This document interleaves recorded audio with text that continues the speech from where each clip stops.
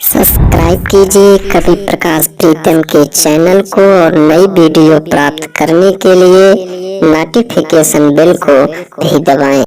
हाँ हमरे कंत हेराई गैन, हाँ हमरे कंत हेराई गैन। पिया मोर बहुत अलबेला, देख गए ददरी कई मेला। पिया मोर बहुत अलबेला, देख गए ददरी कई मेला। गौना के कुछ मनई साथे, गौना के कुछ मनई साथे। निकल पड़े वो घर से राते, जाके लौटे ना घर अब हूँ, जाके लौटे ना घर अब हूँ। पठे ना संदेश वो कबहूँ, मन में शंका उठत है, मन में शंका उठत है। मुल हम के सी जाई कहई, मुल हम के सी जाई कहई। परन कलूटी कई चक्कर में हमका सुना भुलाई गैन, परन कलूटी कई चक्कर में हमका सुना भुलाई गैन। हाँ हमरे कंत हेराई गैन, हाँ हमरे कंत हेराई गैन, हाँ हमरे कंत हेराई गैन। केहू नाही पता बतावई, जे आवई ते मुँह लटकावई। दाल में कुछ तो काला बाटे, लागत गड़बड़ झाला बाटे।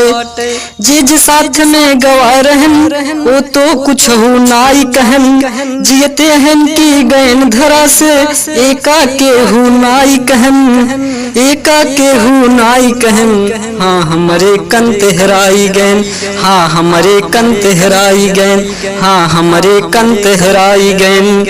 रोई रोई कई दिनवा काटी, रहिया उनकर ताकत बाटी।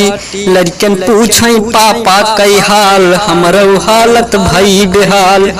पास पड़ोस में है चर्चा, कैसे चली है घरे का खर्चा।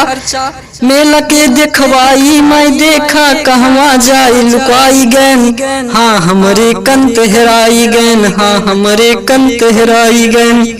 लेके पैसा गवा रहन, जम के मौज उड़ई है खूब। याद घरे कई तब ही आई, पैसा जाए जब ही चुकी।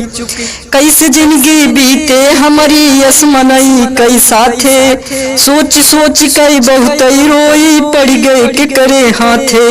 इतना पागल नाई हन की, इतना पागल नाई हन की, डगरऊ कहीं भुलाई गैन। हाँ हमरी कंत हेराई गैन, हाँ हमरी कंत हेराई गैन, हाँ हमरी कंत हेराई गैन।